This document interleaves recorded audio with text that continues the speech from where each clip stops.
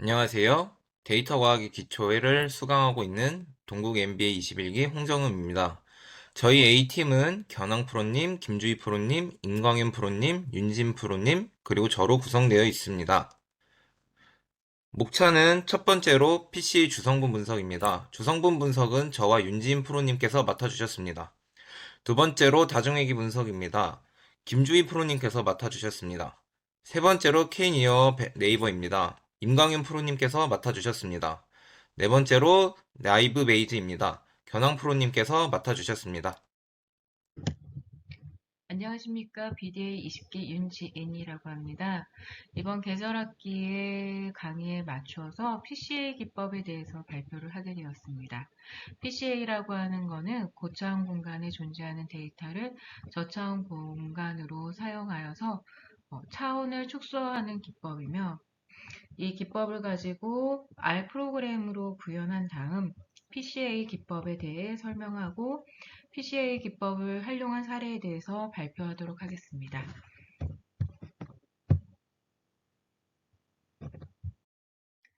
지금 보시는 화면에 보시는 내용은 저희가 지금 발표 과제로 1, 2, 3, 4번에 대한 내용에 대해서 저희가 이제 R 프로그램을 통해서 구현한 다음에 그 결과에 대해서 발표하는 내용입니다.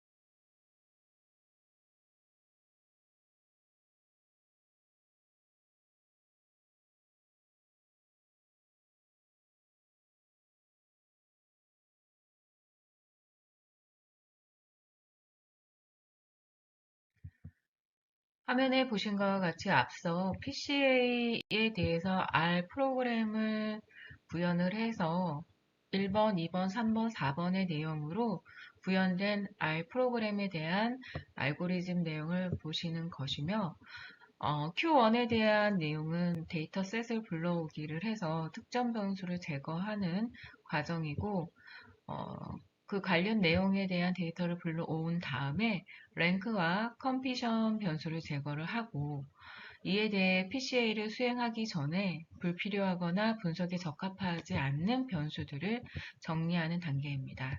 두 번째 거는 독립변수 X와 종속변수 Y를 설정을 하고, 포인트즈 변수를 종속변수 Y로 설정을 하며 나머지 변수를 독립변수 X로 설정을 하는 과정입니다.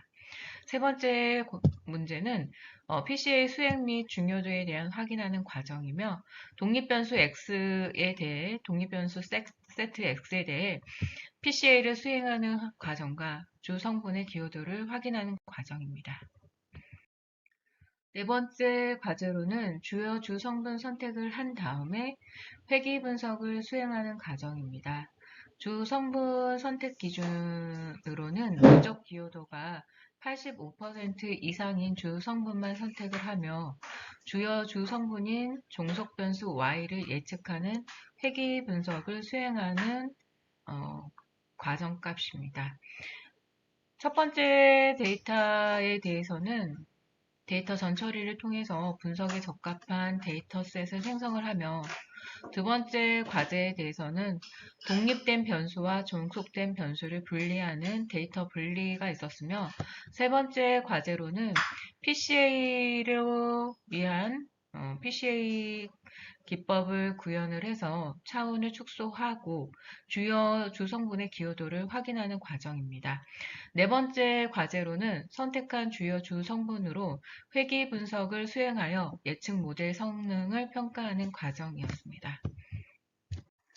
저는 PCA에서 조금 더 중요한 키 포인트로 생각하는 것은 PCA를 활용한 마케팅 분석에 있어서 고객을 세분화하여서 그 그룹별로 패턴을 분석하는 기법을 한번 생각을 해봤습니다. PCA 기법을 활용하여 어떠한 부분이 조금 더 현실적으로 도움이 될 수 있는 부분을 생각을 해 보았고요. PCA의 활용 사례로는 이미지를 압축하는 고차원의 픽셀 데이터를 낮은 차원으로 변환을 하고 데이터를 시각화하는 데 필요한 내용이며 고차원 데이터를 2D 또는 3D로 축소하고 관련된 내용들의 성분만 남기는 노이즈를 제거하는 과정, 그리고 중요한 특징만 추출하는 모델의 성능을 향상시킬 수 있는 특성이 있습니다. 관련된 내용으로는 마케팅 분석에 사용되는 고객의 세부나 고객의 다양한 구매 행동을 데이터 축소를 하여 그룹별 패턴을 분석하는 예로 한번 말씀드리도록 하겠습니다. 데이터 첫 번째 PCA의 구형 과정 중에 데이터셋은 고객의 데이터, 구매 빈도나 구매 금액, 선호 제품 등 그 관련 내용으로 축소를 해서 세분화한 다음에 데이터셋을 세팅을 한 다음 PCA로 주요 구매 행동을 나타내는 몇 가지 주 성분만 추출을 하고 그로 인해서 고객을 효과적으로 세분화하여 맞춤형 마케팅 전략을 수립하는데 PCA 기법을 도입하는 과정을 한번 생각해 보았습니다.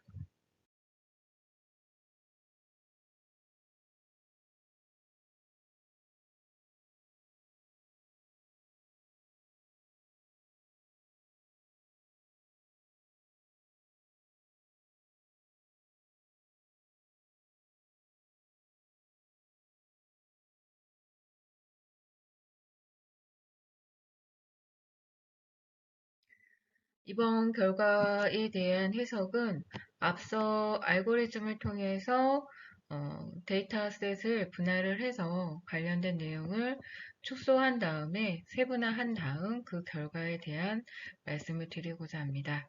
앞부분에 있어서는 알고리즘을 통해 구현한 내용이며 PCA 기법을 통해서 그 결과에 시각화는 PCA를 통해서 축소된 데이터를 2D 평면에서 시각화하고 고객들이 자연스럽게 여러 군집으로 나누는 것을 확인할 수 있습니다. 예를 들어서 군집 A, B, C, D로 나누어지고 군집에 대해서 군집 A는 높은 구매 빈도와 큰 구매 금액을 가진 VIP 고객으로 분리했고 맞춤형 고급 제품 추천 및 VIP 혜택을 제공하는 군집 A의 사례이며 군집 B는 낮은 구매 빈도와 적은 구매 금액을 가진 저활성 고객이며 할인 쿠폰 발송 및 리마케팅 전략 적용을 하는 군집의 B 집단입니다. 군집 C는 신규 고객을 유치하면서 구매 이력이 적은 그룹에 대해서 분리되었고 초기 구매 유도를 위한 웰컴 프로모션에 제공을 하는 과정이며 군집 D는 반품 횟수가 많고 방문 빈도가 낮은 문제 고객을 이제 D군으로 적용을 한 사례입니다. 이렇게 수많은 과정의 고객들을 세분화하여 만들어서 분리해 둔 그 과정을 말씀드릴 수가 있습니다.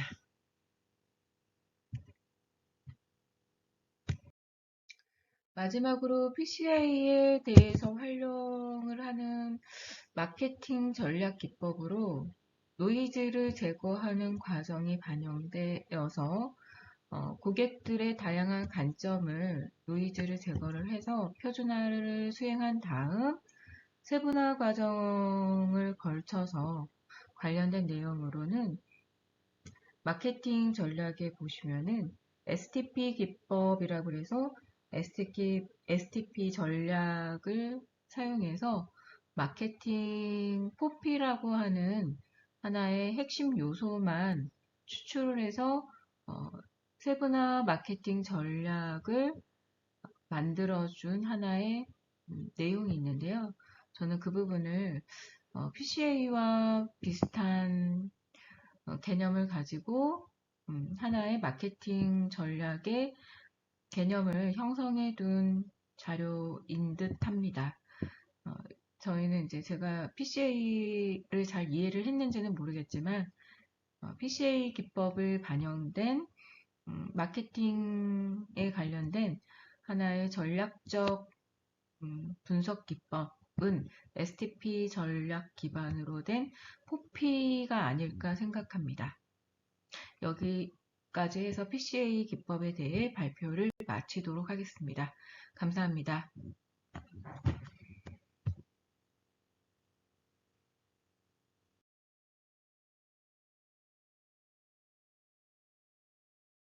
안녕하세요. 저는 데이터 과학의 기초 수업 중간 과제로 멀티플 리니어 리그레션 과제를 발표할 김주희입니다. 오늘 발표에서는 R 프로그램을 사용하여 state.x77 데이터셋을 활용해서 회귀 분석을 진행한 결과를 공유드리겠습니다. 첫 번째 문제는 데이터셋의 첫 3개 행을 확인하는 것입니다. 우선 RStudio의 데이터베이스에 포함되어 있는 state.x77 데이터 파일을 불러오는데 이게 이미 내장되어 있어서 헤드 코드로만 불러오기가 가능함을 확인하였습니다. 이 코드를 사용해서 데이터셋의 상위 3개 행을 확인하였습니다.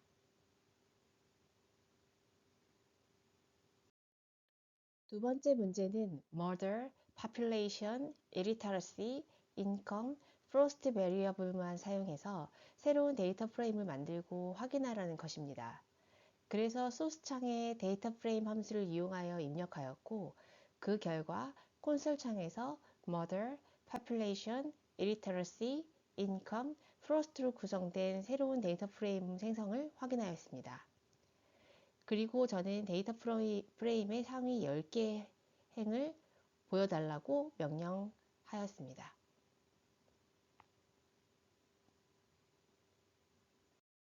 세 번째 문제는 멀티플 리그레션을 통해 murder를 디펜던트 베리어블로 하고 나머지 변수를 인디펜던트 베리어블로 사용하는 모델을 만드는 것입니다.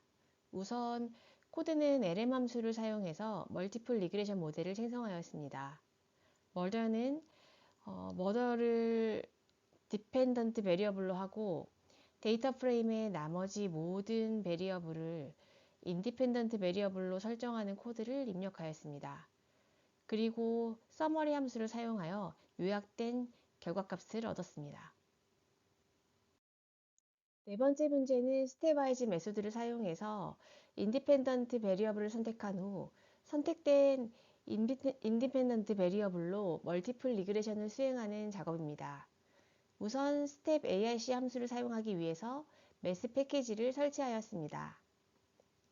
스텝와이즈 메소드는 백월드 엘리미네이션을 먼저 하고 포워드 셀렉션을 같이 하는 것으로 코드 입력 시 디렉션을 보스로 하여 입력하였고 최종 결과 모델이 만들어졌습니다. 마지막 문제는 Q3 전체의 베리어블을 사용한 모델과 Q4의 스텝와이즈 메소드 셀렉션으로 만들어진 모델을 비교하는 것입니다. 우선 전체 베리어블을 사용한 결과 중 코에피션트 값을 보면 murder라는 디펜던트 베리어블에 이 리터러시와 population이 의미 있는 결과를 가지는 것으로 확인되었습니다. 보통 0.05를 기준으로 p-value 값이 0.05 이하이면 통계적으로 유의미하다고 해석합니다.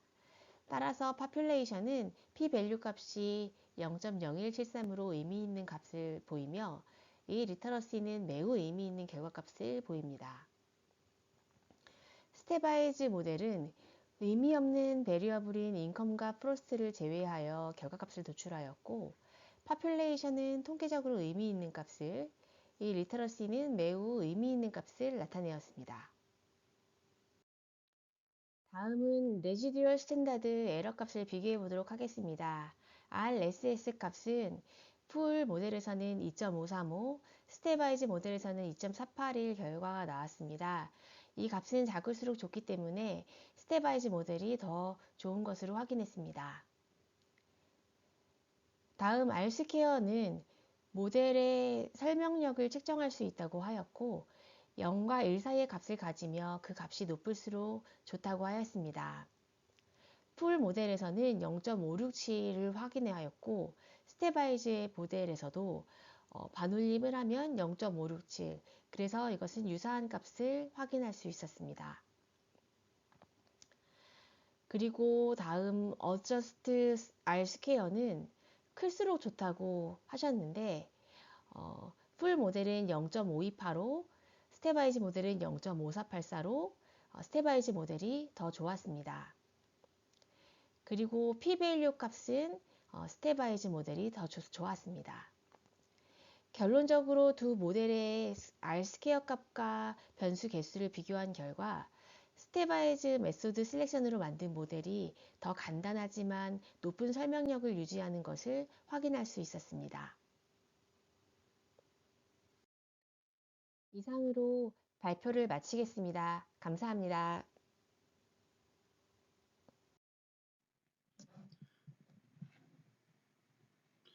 네, 안녕하세요. BJ 21기 임광윤이고 발표는 KNN을 맡았습니다. 시작하겠습니다.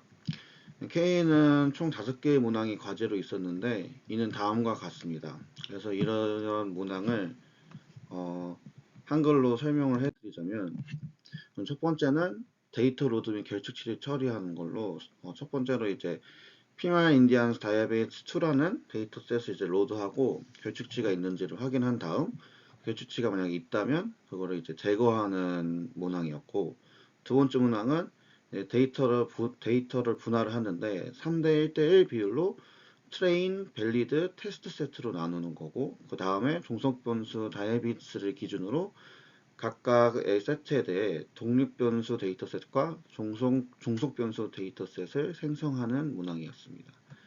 세 번째 문항은 KNN 분류인데 처음에 KNN 분류를 수행을 하고 그 다음에 K 값이 3일 경우 학습 세트를 사용해서 검증 세트의 종속 변수 다이아비트스를 예측하고 정확도를 계산하는 문항이었습니다. 또한 두 개의 이제 실제 값과 예측된 값을 비교하는 비교도 필요를 했고요. 그 다음에 네 번째 문항은 최적의 K 값을 찾는 문항이었는데 이번에는 학습 세트와 검증 세트를 사용해서 최적의 K 값을 찾고 그 결과를 시각화하고 최적의 K 값과 이에 해당하는 정확도를 또 계산을 하는 문제였습니다.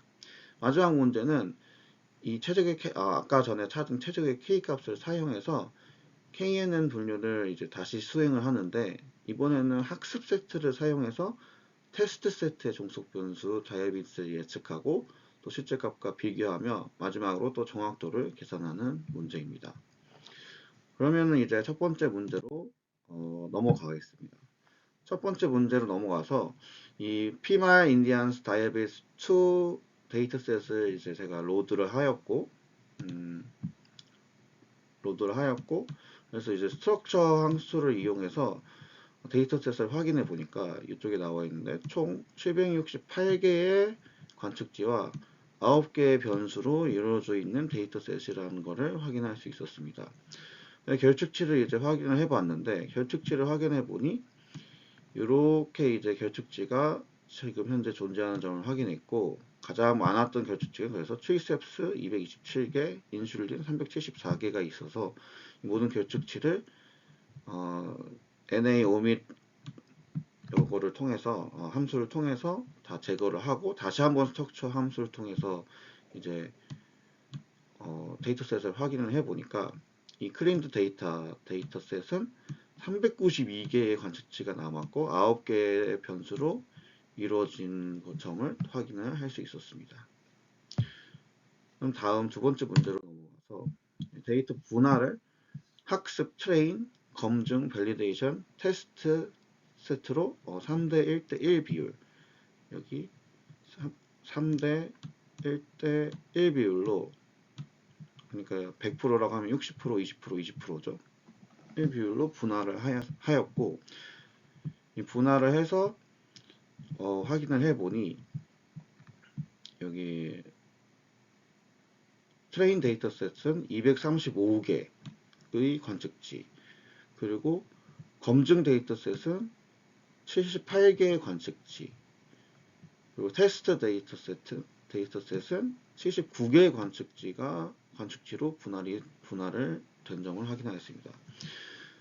그 다음에 이제 이 분할된 데이터셋을 가지고 또 독립변수와 종속변수는 다이아비트스죠. 다이아비트스로 각각 분리를 시켰는데 그래서 요거는 -9, 요거는 이제 그 아홉 번째 열, 그러니까 다이아베티스 열만 분리를 하는 거니까 이게 이제 독립변수죠. 독립변수.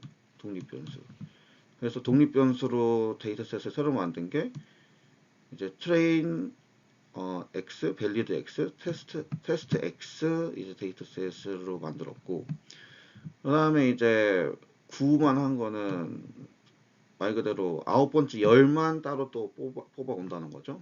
그래서 트레인 Y, 밸리드 Y, 테스트 Y에서 이 부분이 이제 종속 변수 다이아베이스로 분리를 하였습니다. 그러면 이제 다음 세 번째 문제로 넘어가겠습니다. 세 번째 문제에서는 검증 세트 대상을 K3로 설정해서 K는 분류를 fnn 함수를 사용해서 이제 수행을 하였는데요. K 값이 그래서 3일 때 학습 세트를 사용해서 검증 세트 종속 변수 다이비스를 이제 예측을 해 보았습니다. 예측을 해서 정확도를 계산하니까 K는 3일 때 검증 세트의 정확도가 0.6153846, 그러니까 한 61.54% 정도가 된다는 결과를 얻었고요. 그래서 이게 여기 실제와 이제 예측값을 한번 비교를 해봤는데 78개 전부를 다 할 수 없었기 때문에 일부만 뽑아왔는데 첫 번째부터 일단 여긴 틀렸죠. 실제는 포지티브인데 예측은 네거티브로 나오고, 두 번째 맞고, 세 번째 맞고, 네 번째 맞고, 다섯 번째도 또 틀리고, 이런 식으로 쭉 비교를 할 수 있게 나왔습니다. 그리고 그러면 그 다음 문제로 넘어가겠습니다. 네 번째 문제인데요. 네 번째 문제는 그러면 최적의 K값, 가장 정확도가 높은 K값이 뭔지 한번 찾아봐야겠죠. 그래서 캐럿 패키지를 이용해서 10-폴드 교차 검증으로 최적의 K값을 한번 탐색을 해 보았는데요. 그 K값을 탐색을 해 봐서 이제 그거를 찾아보니까 K는 11에서 최적의 정확도가 0.7871377이 나오는 점을 확인할 수 있었습니다. K는 여기가 11이고 여기가 0.787 어쩌고저쩌고라는 거죠. 그럼 이제 최적의 K 값도 찾았고, 다음으로 넘어가 보자면 이 최적의 K 값을 사용해서 테스트 세트를 이제 예측을 해봐야 됩니다.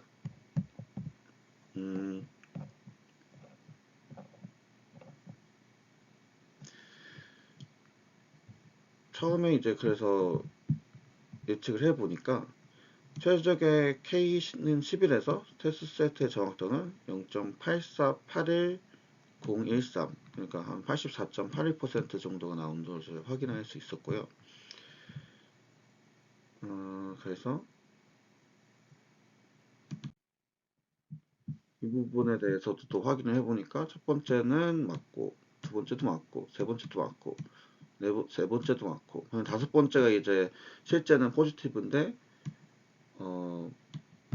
예측된 값은 네거티브로 이제 틀린 점을 확인할 수 있었죠.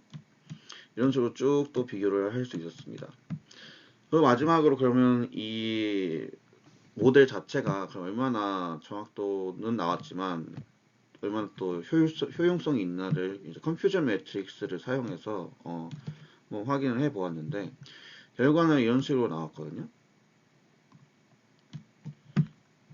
그래서 부적인데 네거티브인 거를 실제로 확인한 게 50건, 긍정인데 실제로 긍정으로 확인된 게 또 17건, 이런 식으로 나와서 이제 민감도인 센시티비티가 0.8929, 89.29% 정도로 나오고, 특이도인 스페시피티가 0.7391, 73.92% 정도로 나와서 이거는 이제 네거티브 클래스를 더 잘 예측을 하고 포지티브 클래스 예측은 좀 약간 낮은 특이도를 보여준다는 것을 확인할 수 있었습니다. 그래서 이 민감도는 그럼 또 어떤 거냐? 민감도 센시티비티는 네거티브 클래스, 그러니까 당뇨병이 아닌 사람의 관측값 중 올바르게 예측한 비율. 그러니까 당뇨병이 아니게 예측했는데 실제로 당뇨병이 아닌 사람들인 거죠. 그렇게 올바르게 예측한 비율이 89.29%라는 겁니다. 그래서 아주 잘 예측을 하고 있고, 근데 이 특이도는 포지티브 클래스의 관측값 중 올바르게 예측한 비율, 그러니까 당뇨병이라고 예측을 했는데 실제로 당뇨병인 사람을 나타내는 거죠. 그래서 상대적인 낮은 이런 특이도는 이 모델이 당뇨병을 예측할 때 또 약간의 어려움을 겪고 있음을 의미하고, 이 특이도가 낮은 것은 당뇨병 환자를 실제로 당뇨병 환자인데 당뇨병이 아니라고 할 수 있는 거잖아요. 이거를 놓칠 수 있기 때문에 의료 분야 같은 민감한 상황에서는 조금 위험할 수 있다라는 결론을 얻을 수 있었습니다. 네, 제 발표는 여기까지고요. 감사합니다. 안녕하세요. 저는 이번 발표에서 하우스보트 84 데이터셋을 사용해서 라이브 배정 베이지 과정을 수행하는 내용을 설명드리도록 하겠습니다. 우선 필요한 패키지를 설치를 하고요. 잘 들어왔는지를 확인을 해 보겠습니다. 그 다음에 데이터셋 안에 있는 결측값이 있는지 확인을 해보고, 결측값이 있다면 함수를 이용해서 제거를 하고 하우스보트 84 클린이라는 새로운 데이터셋을 만들어 보겠습니다. 다음으로 클래스 변수를 기준으로 계층적 샘플링을 수행을 하겠습니다. 필요한 데이터들을 로딩을 해주고요. 데이터셋을 8대1 비율로 학습 세트와 테스트 세트로 분리하려고 합니다. 이유는 8대1 비율은 머신러닝에서 일반적으로 사용하는 데이터 분리 비율로, 학습 데이터가 충분히 많아야 모델이 패턴을 잘 학습할 수 있고, 테스트 데이터가 적당히 있어야 모델 성능을 평가할 수 있기 때문입니다. 네, 학습 세트 확인했고요. 테스트 세트 확인해 보겠습니다. 다음 세 번째로는 학습 세트를 사용해서 종속 변수 클래스 예측하기 위한 라이브 베이지 분류를 수행하고 테스트 세트에 대한 정확도를 계산하겠습니다. 그래서 라이브 베이지에 필요한 패키지를 설치를 하고요.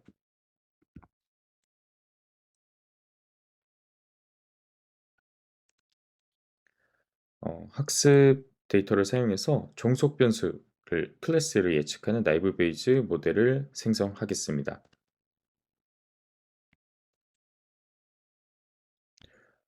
생성한 라이브 베이지 모델을 사용해서 테스트 세트에 대해 클래스를 예측을 하고요.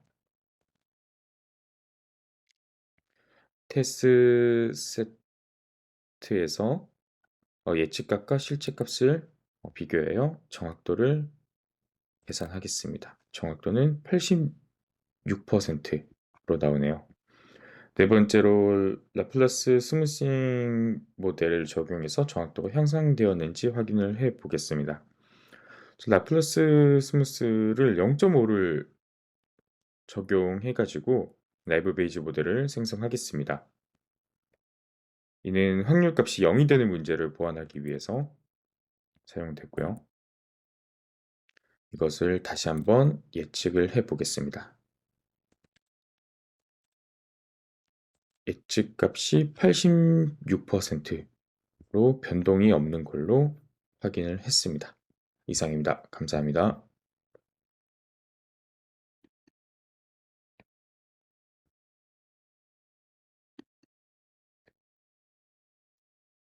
이상으로 A팀의 발표를 마치도록 하겠습니다. 감사합니다.